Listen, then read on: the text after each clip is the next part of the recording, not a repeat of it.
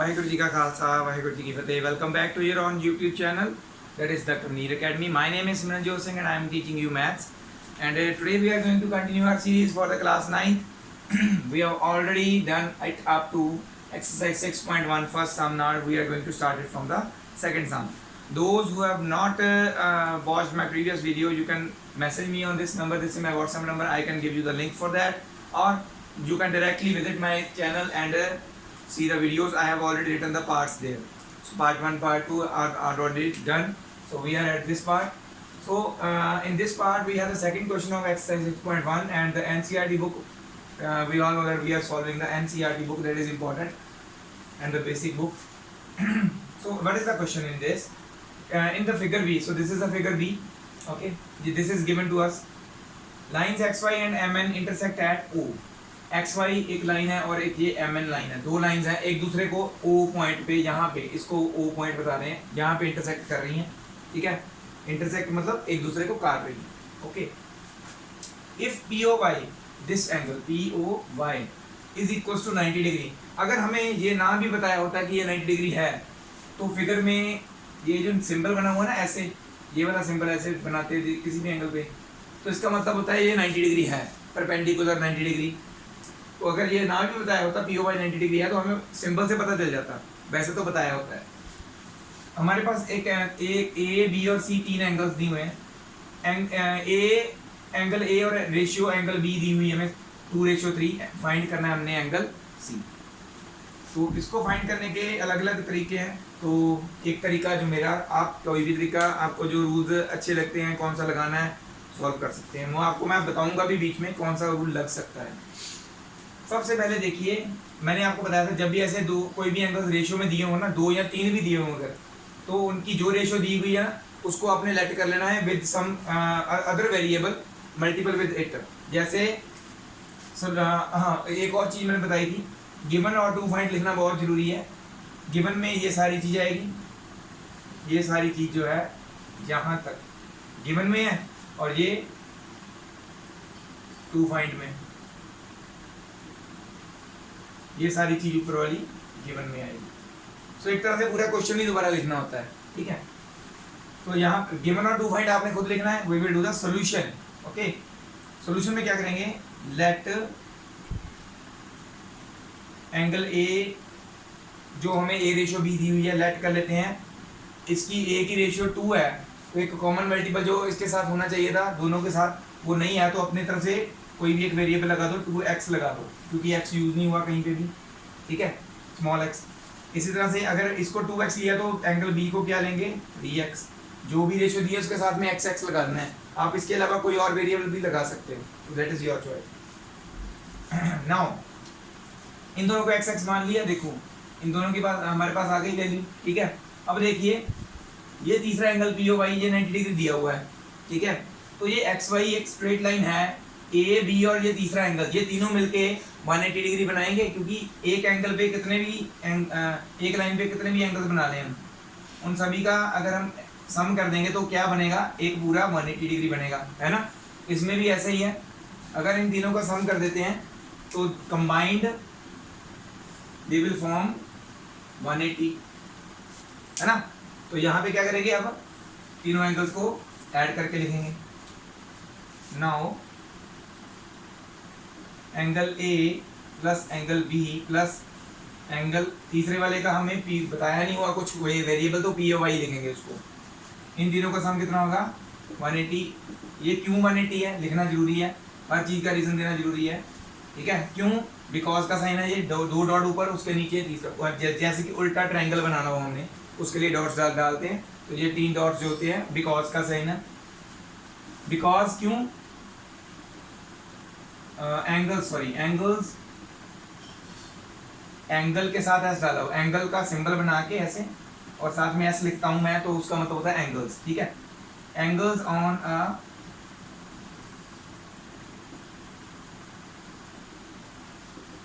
Straight line, क्योंकि ये angles on straight line है इसलिए इनका सम 180 होगा.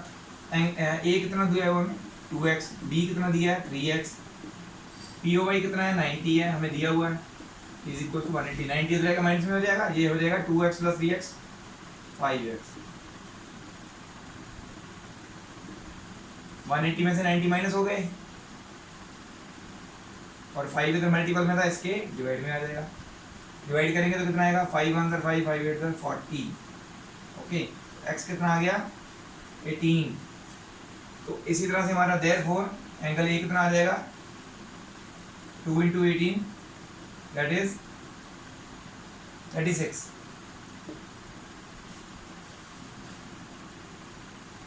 3 × 18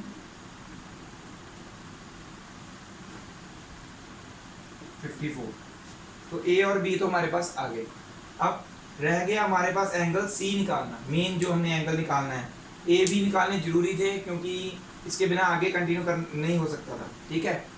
तो रह गया एंगल सी निकालना। तो इसको निकालने के अलग अलग तरीके हैं, मैं बताता हूँ। एक तो एंगल सी, देखो ये क्रॉस पूरा बज रहा है। एक तो एंगल सी हो सकता है, मैं ग्रीन के साथ थोड़ा लगाता हूँ, थोड़ा इजी समझ में आएगा। ये पूरा एंगल और ये एंगल सी, ये दोनों वर्टिकली ऑपोजिट होंगे, पूरे क्रॉस बज रहा है ना पूरा। बाकी सब कुछ भूल जाओ, सिर्फ इन दोनों को लाइंस को देखो, एम एन और एक्स वाई को देखो। ये पूरा वाला एंगल और ये पूरा एंगल वर्टिकली ऑपोजिट हुए, तो that means angle A plus 90 is equal to angle C. Angle A तो हमें पता ही है। ओके, एक तो ये तरीका है। दूसरा, एक तो ये हो सकता है, दूसरा तरीका क्या हो सकता है, मैं दूसरे पेन से मार्क करता हूँ। Angle B plus angle C, M N के ऊपर है, angle B plus angle C, linear pair बना रहे हैं, ठीक है। ऐसे भी निकाल सकते हैं एंगल सी को, तो आपकी चॉइस है आपने कैसे करना। तो मैं प्रेफर कर रहा हूँ दोनों तरीके से कर देते हैं, डिफरेंट पेन से। अगर हम करते हैं ये वाली स्ट्रेट लाइन से तो कैसे होगा, शायद ये नजर ना आए, तो मैं दूसरे पेन से ही कर देता हूँ। Angle B plus angle C is equal to 180, ये हो जाएगा लीनियर पेयर। एलपी लिखा है मैंने, लीनियर पेयर पूरा लिख लेना आपने। एंगल बी हमने अभी निकाला है 54, यहाँ पे पुट कर देंगे। Angle C is equal to 180 minus 54 हो जाएगा उधर जाके। ओके, तो कितना आ जाएगा ये 54, 60 मान के चलो। 60 अगर माइनस करते 120 तो आते आता है, एक 126 और 126 डिग्री आ जाएगा सी। एक तो ये तरीका हो गया। अगर हम ये नहीं करते, वर्टिकली ऑपोजिट वाला करते हैं, तो कैसे होगा, दोनों में से आप जो मर्जी नोट कर लेना, दैट इज योर चॉइस। अगर हम ये वाला करते हैं जो हमने पहले सोचा था, a plus 90 is equal to angle C. Now angle a plus 90 is equal to angle C. इसका reason vertically opposite angles, VOA लिखा मैंने, आपने पूरा लिख लेना है।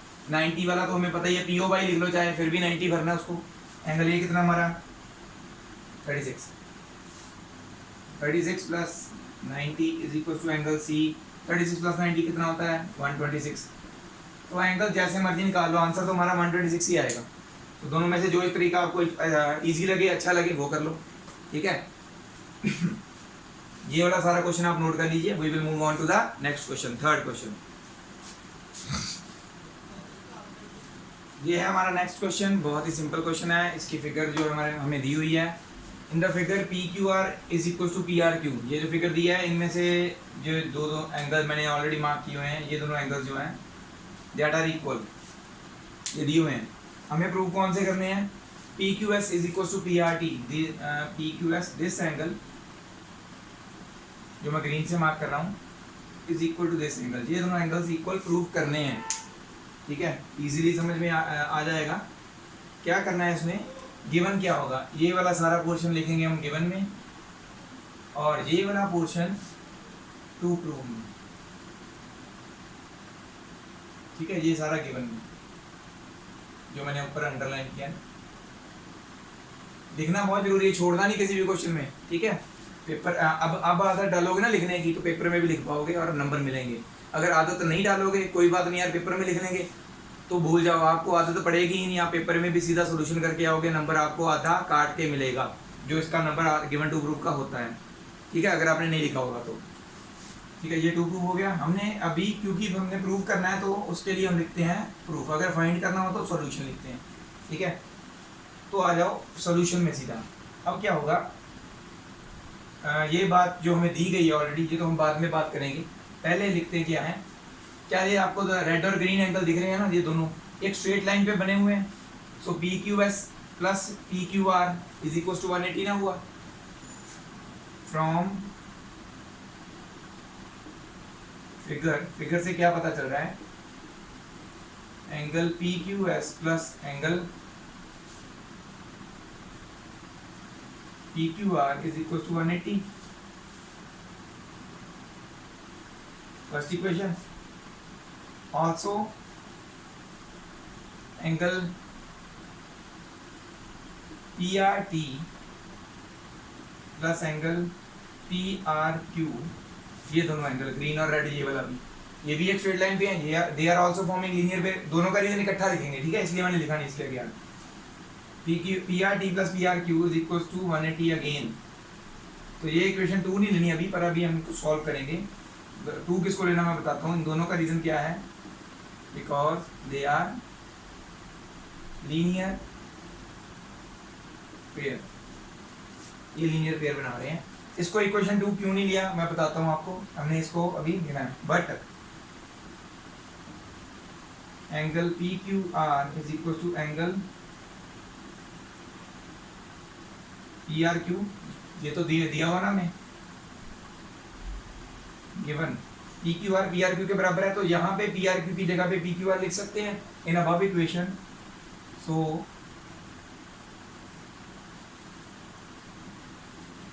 above equation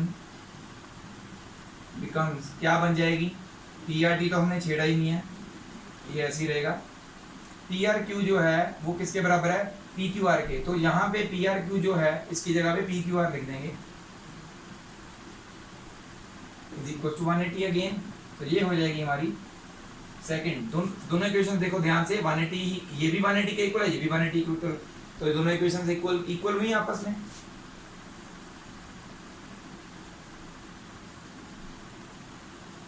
from equation 1 and 2 क्या पता चल रहा है हमें,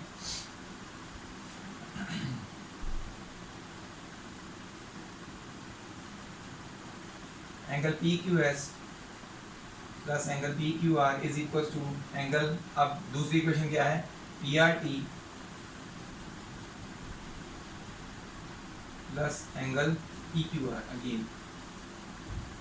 ये पी क्यू आर एंगल जहाँ पे भी है, जहाँ पे भी है, अगर इसको इधर लेके आएंगे माइनस का हो जाएगा, तो ये दोनों कट आउट हो जाएंगे ना।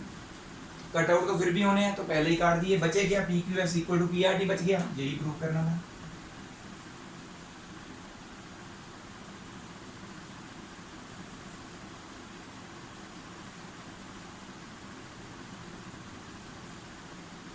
Hence proved।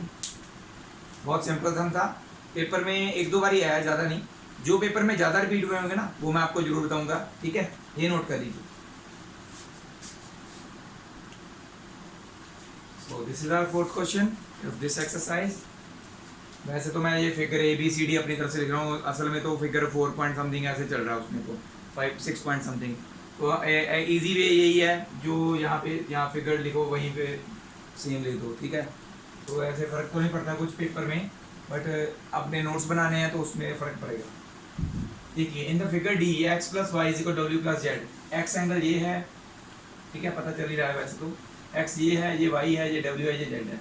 X plus Y जो है वो डब्ल्यू प्लस जेड के बराबर है, पता चल रहा है, क्यों, क्योंकि ये स्ट्रेट लाइन दिख रही है हमें, एक्स प्लस वाई भी 180 होगा, डब्ल्यू प्लस जेड भी 180 होगा, ये तो दिख रहा है। बट इसमें क्या कहा गया है, prove that A O B is a straight line. ये हमने प्रूव करना है, दिख तो रही है बट फिर भी प्रूव करना है कि ये वाकई में स्ट्रेट लाइन है। तो स्ट्रेट लाइन वाला, लीनियर पेयर वाला इसमें पोर्शन हम नहीं यूज़ कर सकते, ठीक है। तो कैसे प्रूव करेंगे फिर इसको, तो आपको इजीली पता चल रहा होगा, ये हमने ये गिवन में लिखना है और ये टू प्रूव में, टू प्रूव। तो हम प्रूफ्स अब लिखते हैं, मैं प्रूफ सॉल्व करूँगा आपके लिए। सबसे आप नॉर्मल एक बात करते हैं, हमारे पास एक, मैंने आपको समझाया था, कंप्लीट एंगल होता है, ये वाला होता है ना। इस कंप्लीट एंगल को हम कितने भी पार्ट्स में काट लें, कोई कितनी भी रेज इसमें से निकाल लें, डॉटेड लाइन निकाल रहा हूँ तो इजीली समझ में आ भी जाएगा। एक और रे निकाल ली, एक ये निकाल ली मैंने, इतनी सारी रेज निकालने के बाद ये जो एक कंप्लीट एंगल था ये कितने पार्ट्स में टूट गया, ये एक पार्ट है, ये एक पार्ट है, ये एक पार्ट है, ये है और एक ये। कितने एंगल में टूट गया ये कंप्लीट एंगल पूरा जो था, 1 2 3 4 5 एंगल में टूट गया। टूटने के बाद भी हमको ये तो फिर भी पता है कि रेज बनाने के बाद भी एंगल 5 हिस्सों में टूटने के बाद भी अगर इन पांचों के पांचों एंगल्स को ऐड करते हैं तो वो कंप्लीट एंगल बनाएंगे, फिर भी 360 के बराबर होगा। तो जो मर्जी एंगल्स ये हों, इन सभी का सम तो 360 ही रहेगा ना। इसी तरह से आप देखिए इस ओ बी एक लाइन को आप ले लीजिए, x plus Y plus W plus Z, Z plus W, सभी एंगल्स को ऐड कर देंगे, they will form a complete angle, 360 के बराबर होना चाहिए। तो यही चीज हम इसमें यूज करेंगे।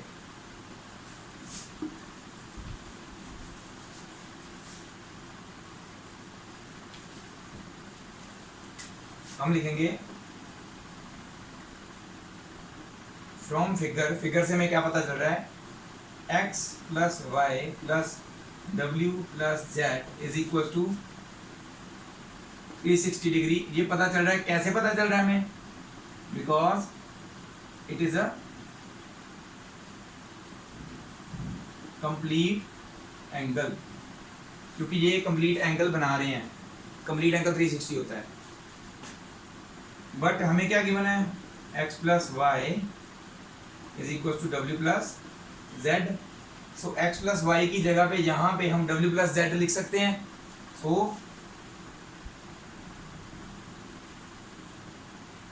अबव इक्वेशन बिकम्स, अबव मतलब इससे अबव, ये इक्वेशन है, ठीक है। इसकी यहाँ x प्लस वाई की जगह पे हम equal to w plus Z है, तो यहाँ पे w प्लस जेड लिख सकते हैं। तो एक बार w प्लस जेड इसकी जगह पे और एक w प्लस जेड दिया हुआ था इसमें ऑलरेडी, इज इक्वल टू 360 आ जाएगा, ठीक है। w प्लस जेड दो बार ही आ गए, तो क्या आ जाएगा, 2w plus 2z is equal to 360, 2 common, w plus Z is equal to 360, 2 जो कॉमन आया है उसको कर देंगे डिवाइड 360 के साथ।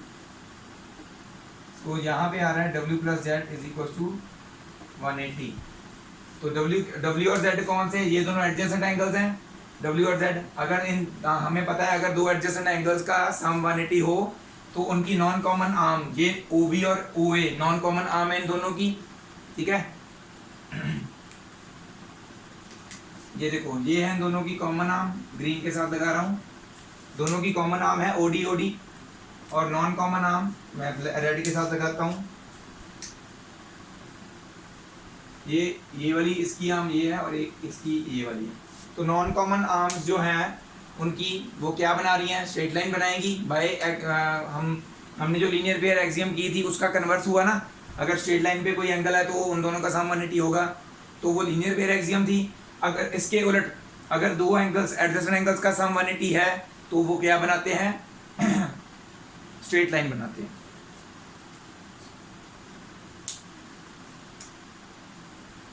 W and Z are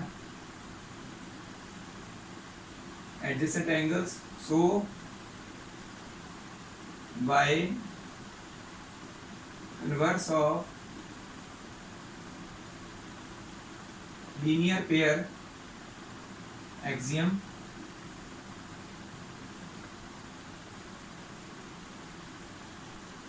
AOB is a straight line। Linear pair axiom, converse of linear pair axiom यही कहती है अगर दो एडजेसेंट एंगल्स का सम 180 है तो उनकी नॉन कॉमन आर्म्स एक स्ट्रेट लाइन बनाती हैं। तो ये प्रूव हो गया, ठीक है, बहुत इजी था, ये भी नोट कर लीजिए। ये है हमारा next question, 5th of this exercise. Question बहुत सिंपल है, सोल्यूशन भी बहुत छोटा है इसका, बस क्या चीज़ है इसको समझना। अगर ये इजीली समझ आ गया तो ये सॉल्यूशन जो मैं छोटा सा करवाने वाला हूँ ना, ये आपको याद रखने की जरूरत। बच्चे क्या करते हैं, याद करना शुरू कर देते हैं सॉल्यूशन को। इस क्वेश्चन के अगर ये डायग्राम आ गया तो यही पूछा होगा तो ऐसे निकालना है। तो ये जब हम मैथ्स को याद करते हैं ना तो वही सबसे बड़ी गलती होती है, हम कुछ ना कुछ भूल जाते हैं और गलत हो जाता है। याद क्या करना है, सिर्फ फार्मूलाज, आइडेंटिटीज़ और क्या थ्योरम्स हैं या क्या कौन सी यूज़ होनी है, बस ये चीज़ें याद रखनी है। सॉल्व कैसे करना है वो याद नहीं रखना, ठीक है। तो देखिए सबसे पहले हमें गिवन क्या है, हाँ हम पहले क्या कर रहे थे, गिवन में ये सारा कुछ लिख रहे थे। अब देखना है, मैं आपको लिख के बताऊंगा। कई बार क्या होता है, गिवन में सारा कुछ लिखने की जरूरत नहीं होती, जो जो चाहिए हमें सिर्फ वही लिखना होता है। गिवन में लिखेंगे in figure E P O Q is a line, यहाँ तक तो चलो सेम है। Ray R O is perpendicular to line P Q, O R sorry, O R perpendicular to P Q, ये परपेंडिकुलर का सिंबल होता है, ठीक है। परपेंडिकुलर का मतलब होता क्या है, अगर मैं बात करता हूँ ये एक जमीन है हमारे पास, उसके ऊपर पोल सीधा खड़ा हुआ है, तो पोल 90 डिग्री पे खड़ा हुआ है बिल्कुल, तो पोल इसके परपेंडिकुलर हुआ जमीन के। इसी तरह से ये रे जो है ओ आर, ये पी क्यू जो लाइन है उसके परपेंडिकुलर है, सीधी बिल्कुल 90 डिग्री एंगल पे खड़ी हो जो चीज़ दूसरे सरफेस के ऊपर जिसकी हम बात कर रहे हैं, जिसके परपेंडिकुलर टू लिखा होता है ना, दिस परपेंडिकुलर टू, इसके सिंबल का मतलब this perpendicular to P Q, जिसके परपेंडिकुलर लिखा होता है ना इस लाइन के बिल्कुल एग्जैक्ट 90 डिग्री के इसके ऊपर 90 डिग्री जो लाइन बनी होती है वो परपेंडिकुलर होती है। वो कुछ कैसे भी हो सकती है, सपोज हमारे पास ऐसा एक सरफेस है, इसके ऊपर ऐसे 90 डिग्री अगर बनाए तो ये भी इसके परपेंडिकुलर होगा, ऐसे डिपेंड करता है। परपेंडिकुलर का मतलब ये 90 डिग्री है, तो ये बाकी बचा जो एंगल है पी ओ आर, ये भी 90 होना चाहिए। ओ एस रे को अभी भूल जाओ, सिर्फ एक ओ आर रे को आप एज्यूम करो, ठीक है। अगर इधर वाला पोर्शन 90 तो इधर वाला भी 90 होगा, क्यों? क्योंकि ये पूरी एक स्ट्रेट लाइन है, स्ट्रेट लाइन के ऊपर दोनों एंगल्स का सम 90 डिग्री सॉरी 180 होना चाहिए लीनियर पेयर के अकॉर्डिंगली। अगर ये 90 है तो बाकी भी 90 बचा हुआ 90 ही होगा, तभी 180 कंप्लीट होता है, ठीक है। तो हमने गिवन में सिर्फ O R perpendicular to P Q, अब ये O S another ray line between O P and O R, ये लिखने की जरूरत है ही नहीं, फिगर में पता चल रहा है। मेन चीज़ें लिखो बस, क्योंकि ये इसके बीच में लाई कर रही है, उसका कोई मोटिव नहीं है, बस एक पता होना चाहिए बीच में लाई कर रही है, कोई एंगल किसी एंगल पे पर्टिकुलर पे लाई कर रही है, ये नहीं बताया, तो लिखने की जरूरत नहीं है इसको। टू प्रूव में यही चीज है, angle R O S is half of angle Q O S minus angle P O S, ठीक है। प्रूफ सिंस हमें क्या गिवन है, O R is perpendicular to P Q, O R perpendicular to P Q है, ये हमें पता है, ठीक है। देयरफॉर एंगल कौन सा R O P is equal to R O Q होगा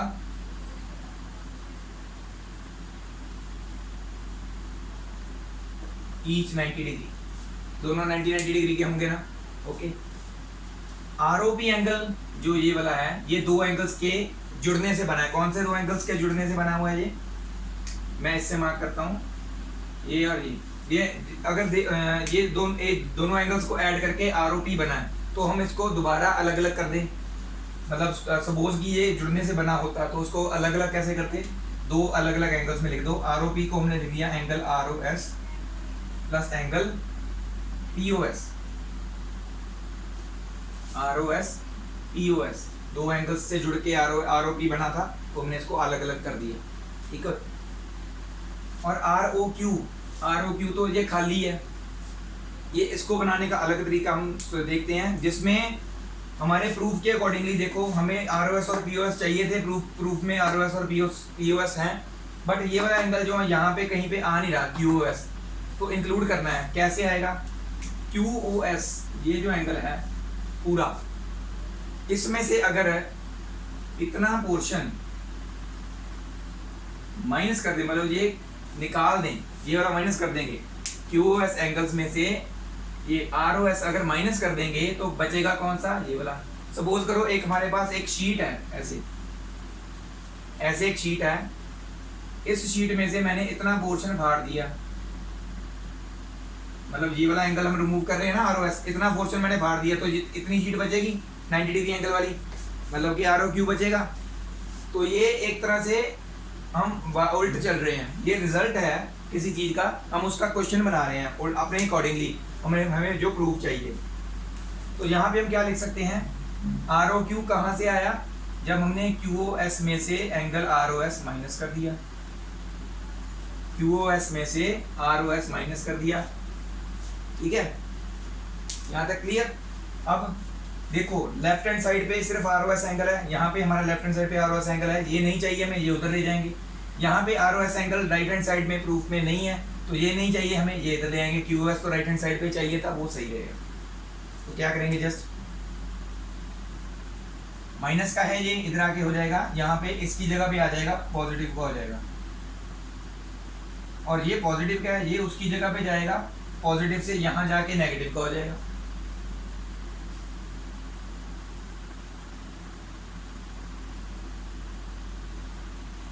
दो नहीं हो गए आर ओ एस, तो 2 times angle R O S is equal to angle Q O S minus P O S.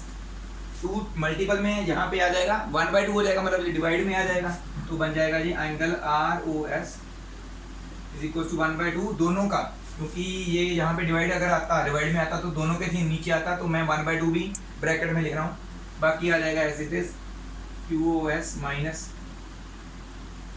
P O S. यही prove करना था। H P मतलब हिंदुस्तान पेट्रोलियम नहीं, हैंस प्रूव्ड, मैथ्स में हैंस प्रूव्ड। तो ये हो गया, बहुत इजी सम, समझना जरूरी था इसको बस, ठीक है। ये कौन कितने स्टेप्स हैं देखो, ये एक ही स्टेप है, 1 2 3 4 5वें स्टेप पे खत्म हो गया, ठीक है। तो ये नोट कर लीजिए, we will do the next one. तो ये हमारा एक्सरसाइज 6.1 का लास्ट क्वेश्चन है। इसके बाद जो है हम अपनी वीडियो यहीं पे ख़त्म करेंगे, और नेक्स्ट वीडियो में हम थोड़ी सी एग्जांपल्स करेंगे बिफोर एक्सरसाइज 6.2, और एक टॉपिक भी है हमारे पास, तो वो भी डिस्कस करेंगे। तो इस चैप्टर की हो सकता है 6 या 7 पार्ट बन जाएं, ठीक है। तो ये चैप्टर के इतने बन भी सकते हैं, ठीक है। तो हमारा जो आज का लास्ट क्वेश्चन है उसके तरफ बढ़ते हैं। इसकी फिगर हमें नहीं दी हुई, हमने बनानी है। In the it is given that X Y Z is equal to 64 degree. तो डी के साथ बनाने की जरूरत नहीं है, अंदाजा भी आप बना सकते हो। बनाना चाहते हैं 64 degree D using the D, तो आप बना सकते हो। मैं अंदाजे से बनाने वाला हूँ, क्योंकि मेरे पास इतनी बड़ी डी है ही नहीं। एक्स वाई जेड ये लेते हैं हम, एक्स ये लेते हैं, वाई ये लेते हैं, जेड। क्योंकि एक्स वाई जेड है तो वाई सेंटर में होना जरूरी है। यहाँ पे हम एक्स वाई जेड ऐसे नहीं ले सकते, एंगल वाई है, ठीक है। X Y Z is equal to 64 degree हमें दिया हुआ is and X Y is produced to P. मैंने बताया था जैसे बोला जाता है ना एक्स वाई, तो यहाँ से आगे बढ़ना है। अगर वाई एक्स बोला तो उधर को बढ़ते हैं हम, ठीक है। एक्स वाई इज प्रोड्यूस्ड मतलब इसको सीधा आगे बढ़ाया गया, इज प्रोड्यूस्ड टू पी। तो एक हमने कोई भी एक लाइन पॉइंट ले लेना, इसको बढ़ा के पी, थोड़ा सा कम बढ़ा लो, कोई फर्क नहीं पड़ेगा, वैसे थोड़ा सा बढ़ा लो, पी पॉइंट तक इसको बढ़ाया गया। Draw figure from the given information, जो हमें दी गई है उससे एक फिगर बनानी है, बना ली हमने। इफ रे वाई क्यू, वाई से स्टार्ट हो रही है कोई रे और क्यू उसका दूसरा एंड है, वाई क्यू रे है, bisects angle Z Y B. पहले देखो जेड वाई बी कौन सा है, ये जेड वाई बी है, एंगल जेड वाई बी ये है, जेड वाई बी। यहां से एक रे निकल रही है, मैं उसको थोड़े डिफरेंट कलर से बनाता हूँ। यहाँ से एक रे निकल रही है वाई क्यू, वो इस हिसाब से निकल रही है कि इस एंगल को बाइसेक्ट कर रही है, मतलब 2 इक्वल पार्ट्स में डिवाइड कर रही है। जो भी इसका मेजरमेंट होगा वो 2 इक्वल पार्ट्स में टूट गया, ठीक है। मान लेते हैं अगर ये पूरा एंगल x होता, Z Y P angle small x होता, तो ये इतना पोर्शन x/2 हो जाना था, और ये इतना पोर्शन भी x/2 हो जाना था। ये तो क्लियर है, ओके। तो ये हम लेट भी करेंगे उसमें, ठीक है, सॉल्यूशन में। Bisects angle Z Y B, find X Y Q, X Y Q, ये सॉरी क्यू लिखना भूल गया मैं, यहाँ पे क्यू आएगा, वाई क्यू बढ़ाया था ना उसने, वाई। तो ये पूरा एंगल उन्होंने फाइंड आउट करने को बोला है, मैं ग्रीन से मार्क करता हूँ जो फाइंड आउट करने को बोला है। ये वाला पूरा एंगल, ये कैसे आएगा, 64 डिग्री प्लस x/2, इतना पोर्शन जो होगा x/2 से, 64 डिग्री प्लस x/2 से आएगा एक्स वाई क्यू एंगल। और रिफ्लेक्स क्यू वाई पी पूछा है, तो पहले ये क्यू वाई पी क्या है, x/2 है, अगर ये आ जाएगा तो इसका रिफ्लेक्स भी निकल आएगा। तो हमें सबसे पहले x या x/2 एंगल फाइंड आउट करने की जरूरत है। इस फिगर को 2 तरीके से बनाया जा सकता है। एक तो ये तरीका ये हो गया, ठीक है, दोबारा से पढ़ो इसको। It is given that X Y Z is 64 degree. एक और फिगर हम बनाते हैं, ठीक है।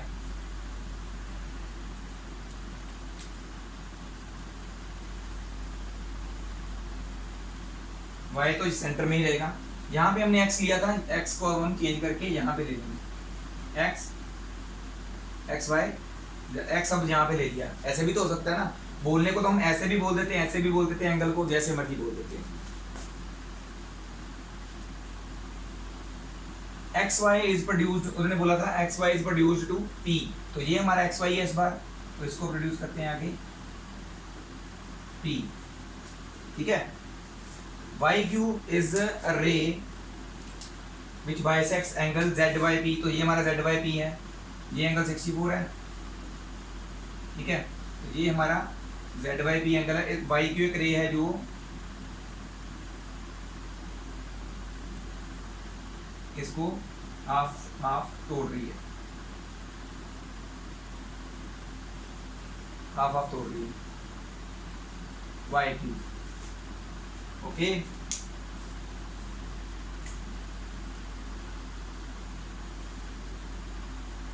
वही चीज अगर ये जेड बाई पी हम एक्स ले लेते तो इतना पोर्शन बाइसेक्ट करने पे एक्स बाई टू होना था, इतना भी एक्स बाई टू होना था।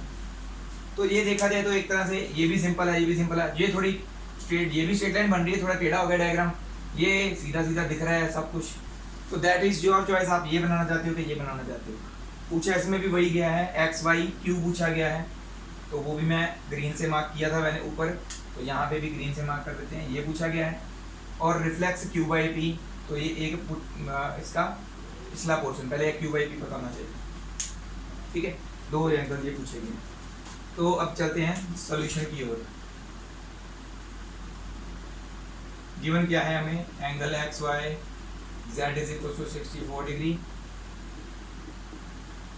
वैसे पूरा लिखने की जरूरत नहीं है, मैं मार्क कर देता हूँ। एक्स वाई ये गिवन में लिखना है, angle X Y Z is equal to 64 degree, X Y is produced to P. अब ये वाली लिखने की जरूरत नहीं, draw a figure from the given information, ठीक है। इफ भी लिखने की जरूरत नहीं है, यहाँ से देखो ray Y Q bisect Z Y P, ये हो गया सारा जो मैंने अंडरलाइन किया है वो गिवन में, ठीक है। अब रह गया टू फाइंड, जो यहाँ पे लिखा ना फाइंड, इसके आगे टू लिख लो बस, टू फाइंड, तो ये टू फाइंड में लिखना है सारा, बस सॉल्यूशन करते हैं सीधा, क्योंकि हम फाइंड कर रहे हैं तो इसका सॉल्यूशन लिखेंगे, ठीक है। साफ पता चल रहा है, चाहे ये फिगर देख लो चाहे ये फिगर देख लो, ये एक स्ट्रेट लाइन है, तो 64 डिग्री और एंगल जेड वाई पी, पहले जेड वाई पी को लेट कर लेते हैं, let angle Z Y P is equal to X, और हमें दिया क्या हुआ है, Y Q bisects angle, Y Q bisect करा है एंगल जेड बाई पी को, सो हम लिख देंगे एंगल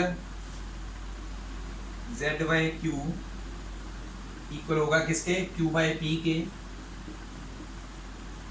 दोनों किसके इक्वल होंगे, एक्स बाई टू के, दोनों एक्स बाई टू होंगे, ठीक है, क्योंकि वो बाइसेक्ट कर रहा है। ये चीज हमने लिख दी। Now angle X Y Z plus angle Z Y P is equal to कितना होगा, 180। लीनियर पेयर बन रहा है ना, एक लाइन पे दोनों एंगल्स हैं, ठीक है। एक्स वाई जेड कितना है हमारा 64 प्लस जेड वाई पी फिर कितना होगा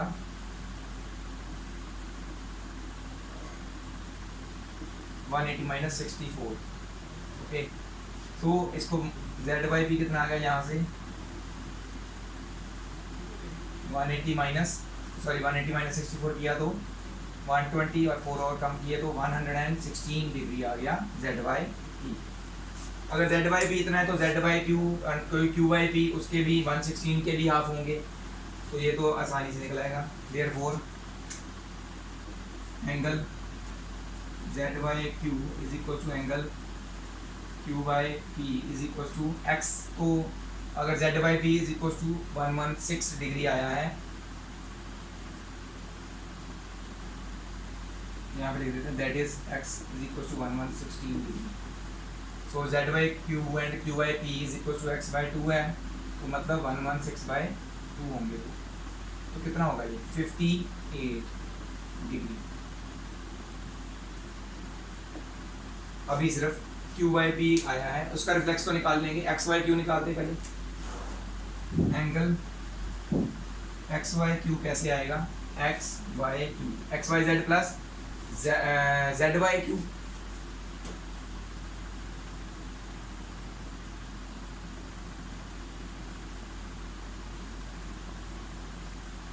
एक्स वाई जेड 64 है, जेड वाई क्यू हमने अभी निकाला 58। हाँ तो कितना आ जाएगा ये 122 डिग्री। एक्स वाई क्यू आ गया 122 डिग्री। रह गया कौन सा, रिफ्लेक्स क्यू बाई पी, वो भी आ जाएगा।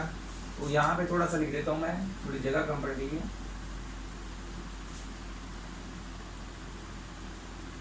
रिफ्लेक्स क्यू बाई पी कैसे आएगा, मैंने बताया था किसी भी चीज का रिफ्लेक्स कैसे निकालते हैं, 360 में से जिसका रिफ्लेक्स पूछ रहे हैं उसी एंगल को माइनस कर दें। क्यू बाई पी तो हमने अभी निकाला ना 58, तो क्यू बाई पी माइनस हो जाएगा उसमें से।